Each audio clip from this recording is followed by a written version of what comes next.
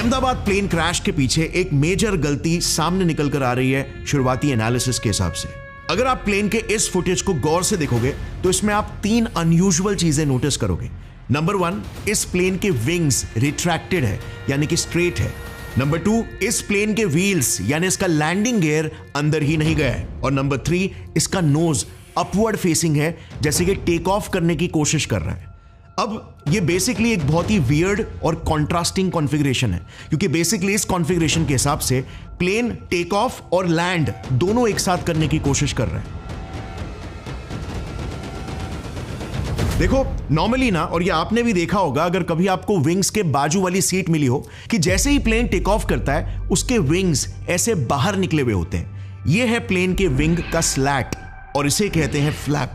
ये दोनों take off के वक्त यूजुअली 10 से 15 डिग्री का टिल्ट बनाकर एक एंगल ऑफ अटैक क्रिएट करते हैं, ताकि विंग्स एक कर्व्ड शेप बना सके और फ्लाइट को लिफ्ट मिले। प्लेन का टिप भी इसी दौरान ऊपर की ओर होता है और तुरंत व्हील्स भी अंदर चले जाते हैं। ये एक एरोडायनामिक स्ट्रक्चर क्रिएट करता है, जिसकी वजह से ही लिफ्ट क्रिएट होता है और प्लेन सक्सेसफुली टेक ऑफ कर पाती है। और फिर एक बार जब एरोप्लेन सही ऑल्टीट्यूड तक पहुंच जाए, सिर्फ इसी के ही बाद इसके विंग्स के ये पार्ट्स रिट्रैक्ट यानी कि अंदर खींच लिए जाते हैं। बट अनफॉर्चुनेटली जैसे हमने क्लिप में देखा, टेक ऑफ के वक्त यही विंग्स बाहर ही नहीं निकले, यानी कि कॉन्फ़िगरेशन बिल्कुल 0 डिग्री पर था और इवन प्लेन के व्हील्स यानी कि लैंडिंग गियर अंदर नहीं गए। अब मेन वीडियो भी काफी ब्लर है, फोटोज भी क्लियर नहीं है, सो ये भी बिल्कुल पॉसिबल हो सकता है कि मे बी विंग्स ज्यादा नहीं, मे बी 5 डिग्री का टिल्ट बना रहे हो, जो सेटिंग भी काफी सारे पायलट सुनते हैं। बट अभी के लिए क्योंकि कई सारे एक्सपर्ट्स फ्लैप्स को ऑलमोस्ट फ्लैट बता रहे हैं, and every pilot I've spoken to says this looks like a clean configuration, which means the flaps that you see in that first picture are actually retracted here. हम इस case को पहले consider करते हैं हमारे एनालिसिस में। अब ऐसे केसेस में ना, भले ही अगर दोनों भी इंजन्स पूरी तरीके से काम भी क्यों नहीं कर रहे हो, जो कि एक अच्छा चांस है कर रहे हो सकते हैं और मैं आगे बताऊंगा क्यों, बट फिर भी लिफ्ट ग्रेटली रिड्यूस हो जाता है, क्योंकि सिंपल फिजिक्स, ड्रैग फोर्स यानी कि रेजिस्टेंस फोर्स बढ़ जाएगा इस लेस एरोडायनामिक कॉन्फ़िगरेशन की वजह से। प्लस अगर तापमान भी बहुत ही गर्म हो, जो कि उस दिन था 40 डिग्रीज था, तो इसमें लिफ्ट करना और भी ज्यादा मुश्किल हो जाता है, क्योंकि हॉट एयर की डेंसिटी कम रहती है जो इफेक्टिवली लिफ्ट को प्रोवाइड नहीं कर पाती। और इनफैक्ट ऐसे केसेस में तो विंग्स को भी 20 से 25 डिग्रीज तक टिल्ट करना आइडियल रह सकता है। अब नो डाउट बोइंग 787 जैसे बड़े प्लेन्स के इंजन्स एक्सट्रीमली पावरफुल है, जो इवन अगर विंग्स ना भी खुले और लैंडिंग गियर्स बाहर भी निकले हो, तो भी हैवी ड्रैग को इन थियरी कॉम्बैट कर सकते हैं। वो फ्लैट विंग्स के साथ भी टेक ऑफ कर सकते हैं, बट इसके लिए आपकी स्पीड को एक्स्ट्रा फास्ट होना पड़ेगा, जो क्रिएट करता है एक लंबा सा रनवे। अब इस क्रेडिबल सोर्स के हिसाब से इस प्लेन ने एक फेयरली लंबे रनवे से ही टेक ऑफ किया था, अपना पूरा 3.5 किलोमीटर्स का रनवे कंप्लीट करके। मगर इसके बाद भी कोई 100% गारंटी नहीं है कि फ्लाइट सक्सेसफुली टेक ऑफ कर पाए, क्योंकि अगर किसी भी और फैक्टर की वजह से लिफ्ट थोड़ा सा भी कॉम्प्रोमाइज हो जाता है या ड्रैग बढ़ जाता है, तो प्लेन का क्रैश हो जाना लाइकली था। और इसीलिए अब हमें दूसरे फैक्टर्स को भी कंसिडर करना पड़ेगा, जैसे एयरक्राफ्ट का वेट, इंजन का टोटल परफॉर्मेंस, कि कहीं इंजन आधा या पूरा कॉम्प्रोमाइज तो नहीं हो गया था।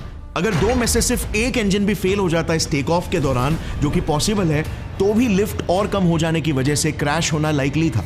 बर्ड हिट की वजह से भी इंजन कॉम्प्रोमाइज हो सकता है। सो अब आता है यहां पर सबसे मेन सवाल कि आखिर रूट कॉज क्या था? आखिर ये प्लेन ऐसे अननेचुरल से टेक ऑफ सेटअप में क्यों थी? क्या टेक्निकल इश्यूज इसके पीछे का कारण था, जैसे सिस्टम अनरिस्पॉन्सिव या जाम हो गया हो, या फिर पायलट की तरफ से कोई मिस्टेक? क्योंकि डेटा के हिसाब से पायलट एरर्स 65% एक्सीडेंट्स के कॉज रहे हैं। वेल, थोड़ा रिसर्च करने पर मैंने देखा कि पास्ट में भी 2 बड़े बड़े प्लेन क्रैशेस बिल्कुल सिमिलर ही तरीके से हो चुके हैं। सो उन क्रैशेस में आखिर क्या प्रॉब्लम निकल कर आई थी इन्वेस्टिगेशन के बाद, शायद वो केसेस हमें थोड़ी और इंफॉर्मेशन दे सके। 20 अगस्त 2008 मैड्रिड स्पेन के रनवे 36L से एक मैकडॉनल्ड डगलस की MD-82 एयरक्राफ्ट 172 लोगों के साथ उड़ान भरती है और टेक ऑफ के बस 10 से 15 सेकंड्स के अंदर ही बस 300 मीटर उड़े वो नीचे क्रैश कर जाती है और इस हादसे में 154 लोगों की अनफॉर्चुनेटली ऑन द स्पॉट मौत हो जाती है। सो यहां पर एग्जैक्टली क्या गलती हुई थी? वेल, अहमदाबाद वाले प्लेन की ही तरह यहां पर भी विंग्स के स्लैट्स और फ्लैप्स नहीं खुले थे और विंग का पोजीशन एकदम फ्लैट था। नंबर 2, पायलट की एक बड़ी गलती सामने निकल कर आई। पायलट ने मे बी डिस्ट्रैक्शन की वजह से कंपलसरी चेकलिस्ट के एक इंपॉर्टेंट स्टेप को फॉलो नहीं किया था स्लैट्स और फ्लैप्स को वही 10 से 15 डिग्री के एंगल पर सेट करना। अब इसमें एक टेक्निकल इशू भी हुआ था। बेसिकली प्लेन के मेंटेनेंस के समय एक पार्ट रिले R25 सिस्टम को डिसेबल कर दिया गया था ओवरहीटिंग के एक इशू को फिक्स करने के लिए, मगर किसी को भी यह नहीं पता था और मैकेनिक्स के प्रोसेस में भी ये नहीं लिखा गया था, ना ही उन्हें सिखाया गया था कि ये रिले R25 सिस्टम एक सिक्योरिटी अलार्म के साथ भी कनेक्टेड था जो बजना चाहिए था अगर कभी पायलट्स ने बाय मिस्टेक चेकलिस्ट के किसी स्टेप को स्किप कर दिया हो। मगर अनफॉर्चुनेटली इकलौते एरर करेक्शन मैकेनिज्म के डीएक्टिवेट होने की वजह से अलार्म भी नहीं बजा और चेकलिस्ट भी फॉलो नहीं हुआ था और प्लेन ऐसे ही फ्लैट विंग्स के साथ टेक ऑफ कर ली। और इसी वजह से हुआ ये कि 4.3 किलोमीटर्स के लंबे से रनवे होने के बावजूद भी प्लेन सिर्फ 40 से 50 फीट तक ही लिफ्ट कर पाई और 300 मीटर दूर जाकर क्रैश कर गई। CIA-IAC के इन्वेस्टिगेशन रिपोर्ट के हिसाब से वो सिर्फ लगभग 250 किलोमीटर्स पर आवर की ही स्पीड को रीच कर पाई, जबकि फ्लैट विंग्स में टेक ऑफ करने के लिए हेवी ड्रैग को काउंटर करने के लिए एक प्लेन को at least around 380 kilometres per hour की स्पीड चाहिए होती। आई एम टॉकिंग अबाउट उस पर्टिकुलर प्लेन के कॉन्फ़िगरेशन के कॉन्टेक्स्ट में जो क्लियरली अचीव नहीं हो पाया और इसीलिए प्लेन क्रैश हो गई। अब अहमदाबाद केस में एयर इंडिया AI-171 की टेक ऑफ स्पीड कितनी थी पता है, और इसे फ्लैट विंग्स में टेक ऑफ करने के लिए कितनी स्पीड चाहिए थी? ये डेटा डिस्क्लोज करने से पहले जल्दी से एक सिमिलर केस पर नजर डालते हैं, एक क्रैश जो 1987 में अमेरिका के डिट्रॉइट शहर में हुआ था। मैकडॉनल्ड डगलस DC-982 प्लेन थी। 31 डिग्री सेल्सियस का हॉट वेदर था और प्लेन हेवीली लोडेड थी अपने मैक्सिमम कैपेसिटी के करीब तक। 2.5 किलोमीटर्स के रनवे से टेक ऑफ किया।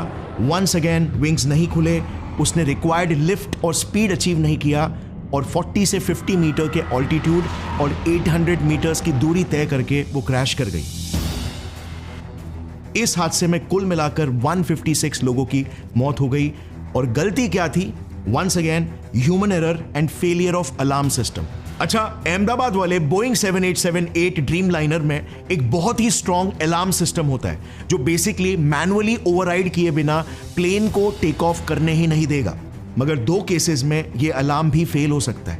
केस नंबर 1 कि ऑफ कोर्स टेक्निकल ग्लिच या इम्प्रॉपर मेंटेनेंस की वजह से डीएक्टिवेट हो गया हो, या केस नंबर 2 पायलट्स ने चेकलिस्ट को फॉलो तो कर लिया, प्लेन के फ्लैप्स को खोल भी दिए और प्लेन टेक ऑफ भी हो गई हो, बट टेक ऑफ होते ही पायलट ने गलती से किसी और लीवर जैसे कि लैंडिंग गियर को अंदर लेने वाले लीवर की जगह पर फ्लैप्स को अंदर लेने वाले लीवर को पुश कर दिया, तो भी बीच फ्लाइट में प्लेन का लिफ्ट अचानक से ड्रॉप हो जाएगा और प्लेन क्रैश कर सकती है। और पायलट के पास सिर्फ 15 सेकंड का समय होता है और नेचुरली कॉकपिट में एक्सट्रीम प्रेशर भी फील होने लगता है, जिस वजह से पायलट्स पैनिक हो सकते हैं और गलती को रेक्टिफाई करने के लिए ज्यादा समय भी नहीं होता है। अब अगर आप एनालाइज करोगे ना, तो ये दोनों भी नॉर्थ वेस्ट और स्पैनर एयरलाइंस वाले केस और अहमदाबाद क्रैश वाले केसेस बहुत ही ज्यादा मैच करते हैं।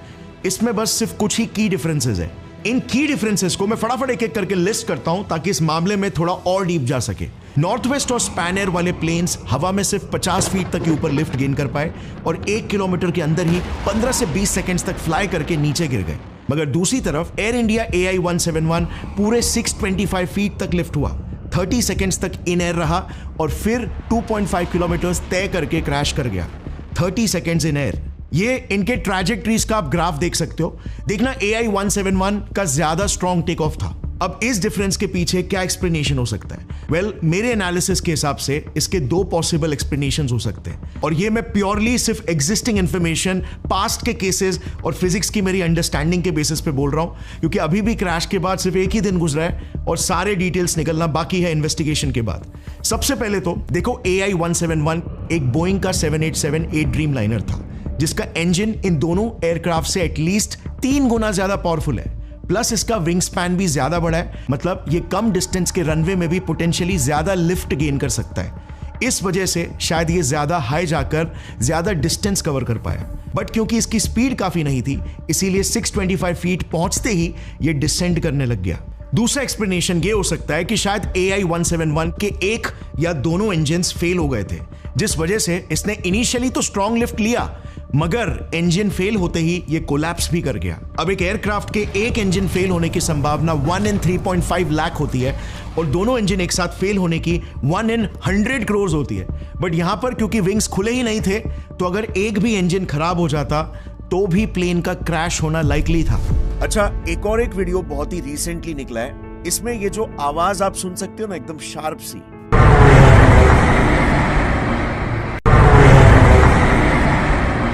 ये टर्बाइन यानी कि चक्के के घूमने जैसी आवाज है। और इस नए वीडियो को जूम करने के बाद एक हल्का सा डॉट भी दिखाई दे रहा है। सो ये आवाज और डॉट बेसिकली रैट यानी रैम एयर टर्बाइन हो सकता है, जो बाहर पॉप हो जाता है डबल इंजन फेलियर या इलेक्ट्रिसिटी या इवन हाइड्रोलिक फेलियर्स के भी केस में। डिफरेंस नंबर 2 है टेक ऑफ स्पीड। स्पैनर और नॉर्थ वेस्ट एयरक्राफ्ट्स को नॉर्मली फ्लैप्स को 10 से 15 डिग्री खोल के टेक ऑफ करने के लिए एटलीस्ट 250 किलोमीटर पर आवर की स्पीड जनरेट करनी पड़ती है, और फ्लैट विंग्स में 380 किलोमीटर पर आवर की स्पीड, जो कि टिपिकल रनवेज में इम्पॉसिबल है क्रिएट कर पाना। But AI-171 aircraft last communication से पता चला कि 625 फीट तक पहुंचने तक उसकी स्पीड 322 किलोमीटर पर आवर थी। मगर क्योंकि विंग्स फ्लैट थे और लैंडिंग गियर भी निकला हुआ था, तो इस बढ़ते ड्रैग की वजह से उसे एटलीस्ट 450 किलोमीटर पर आवर की स्पीड हासिल करनी थी और ऊपर क्लाइंब करने के लिए, जो वो अचीव नहीं कर पाया। इसके सारे कैलकुलेशंस बाय द वे मैंने डिस्क्रिप्शन में रेफरेंस लिंक्स के साथ दे दिए। अब बात करते हैं डिफरेंस नंबर 3 की। पहले के दोनों स्पैनर और नॉर्थ वेस्ट एयरलाइन क्रैशेस में नीचे गिरते वक्त प्लेन का एक विंग एक साइड में टिल्ट हो गया था। अहमदाबाद के केस में जैसे आप देख सकते हो ऐसा नहीं हुआ। प्लेन काफी स्टेबलाइज लग रहा है नीचे जाते हुए। अब इसके पीछे भी 2 एक्सप्लेनेशंस हो सकते हैं। पहला कि मॉडर्न 787 जैसे एयरक्राफ्ट्स विंग स्टेबलाइजेशन जैसे एडवांस फीचर्स के साथ आते हैं, जिस फीचर ने शायद AI-171 को वॉबल होने से बचाया। दूसरा कि शायद इंजन ही बंद हो गया हो, तो विदाउट फॉरवर्ड थ्रस्ट वॉबल होने का सवाल ही नहीं आता अगर नोज ऊपर की तरफ पॉइंट कर रहा हो तो। सो ये सारे केसेस को एनालाइज करके based on current data we have, मुझे पर्सनली 2 फेटल पॉसिबिलिटीज लग रही है। या तो ह्यूमन एंड और टेक एरर की वजह से फ्लैप्स नहीं खुले, या फिर एक या दोनों इंजन्स ये एक साथ बंद हो गए। अब इन दोनों में भी मुझे पहली पॉसिबिलिटी ज्यादा क्यों लग रही है, क्योंकि एयरक्राफ्ट के वीडियो में कोई भी स्पार्क, फ्लेम या स्मोक इंजन से आते हुए हमें नहीं दिख रहा है। नंबर 2, एयर क्रैश के इकलौते सर्वाइवर ने भी अपने इंटरव्यू में बताया कि इंजन के रेस करने की बढ़ती हुई आवाज सुनाई दे रही थी। बाद में वो पता नहीं, वो प्लेन टेक ऑफ ज्यादा करने के लिए वो रेस तो बोलते हैं, क्या रेस दिया होगा ऐसा कुछ। मे बी पायलट्स उस वक्त गिरते हुए ऑल्टीट्यूड को देखकर उन्होंने इंजन का फुल थ्रॉटल ऑन कर दिया हो, बट प्लेन फिर भी क्लाइंब नहीं कर पाई अनफॉर्चुनेटली, जैसे पिछले 2 क्रैशेस में हमने देखा। नंबर 3, दूर दूर तक जैसे आप वीडियो में देखोगे कोई बर्ड्स भी दिखाई नहीं दे रहे, तो बर्ड हिट की वजह से इंजन डैमेज होने के चांस भी रेयर लग रहे हैं। और फाइनली नंबर 4, इंजन कोलैप्स की भी प्रोबेबिलिटी बहुत ही कम है, और डबल कोलैप्स की तो 100 करोड़ में एक है। एंड नाउ आर्गुमेंट सपोर्टिंग कि इंजन का भी इशू हो सकता है। विटनेस ने जो तेज रोरिंग आवाज सुनी, बाद में वो पता नहीं, वो प्लेन टेक ऑफ ज्यादा करने के लिए वो रेस तो बोलते हैं, क्या रेस दिया होगा ऐसा कुछ, और सीधा स्पीड में ही घुस गया। और कुछ रिपोर्ट्स में तो एक लाउड नॉइस के बारे में भी बताया गया, और लाइट्स भी फ्लिकर हो रहे थे। इवन इस हाल ही में निकले वीडियो में यह आवाज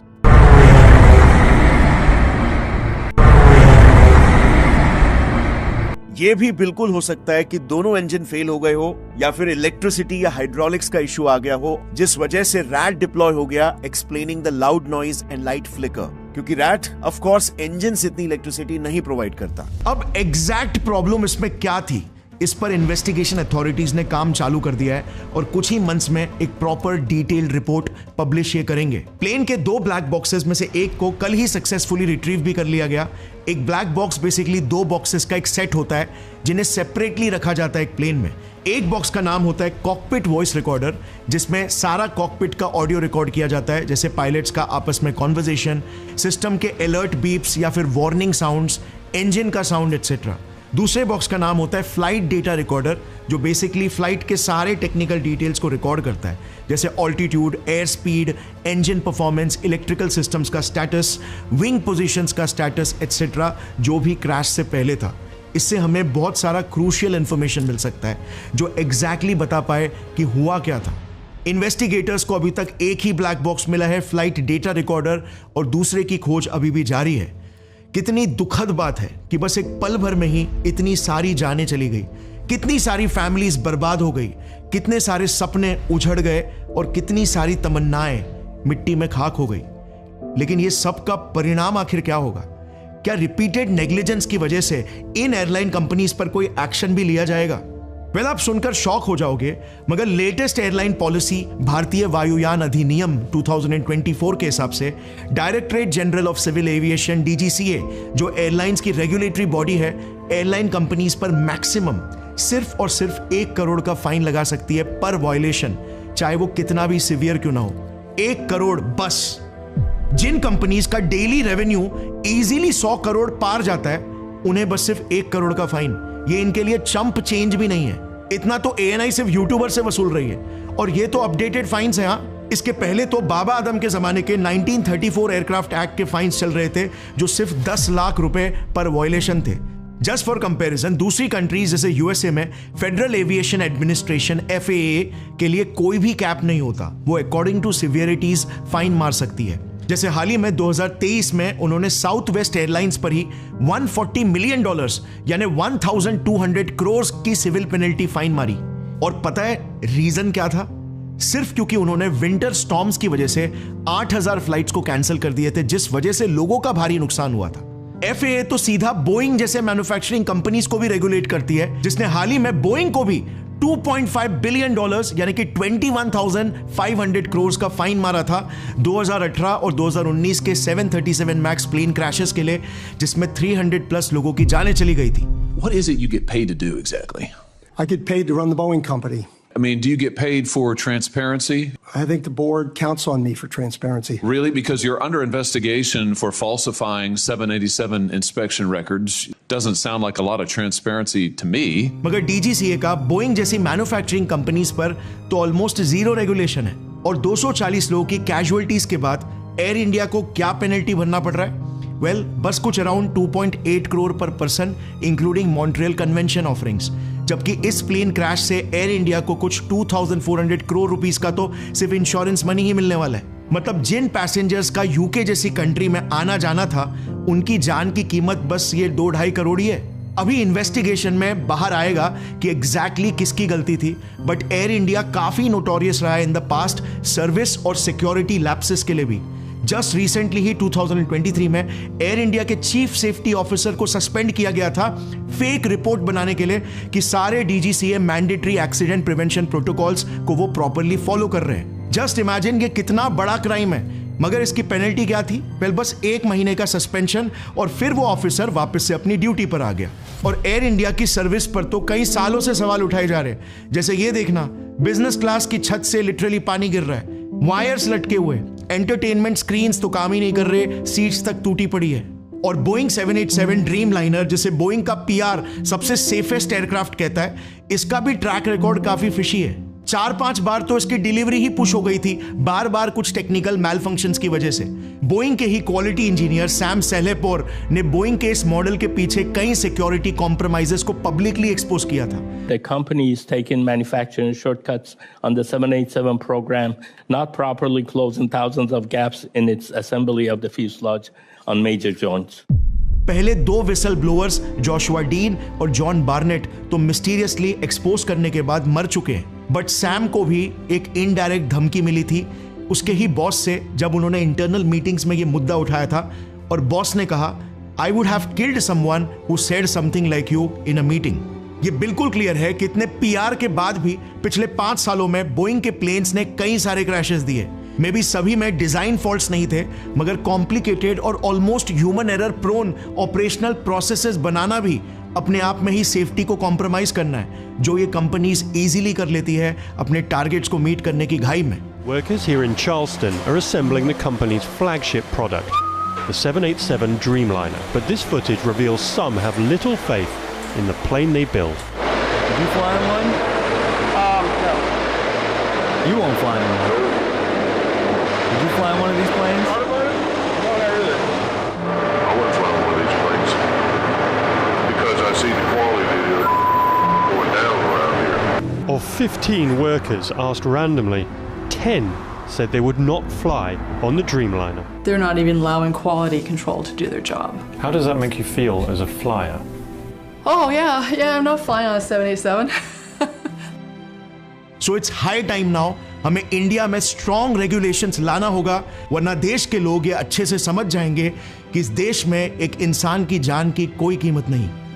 thanks for watching. Heartfelt condolences to the victims and their families. Jai Hind.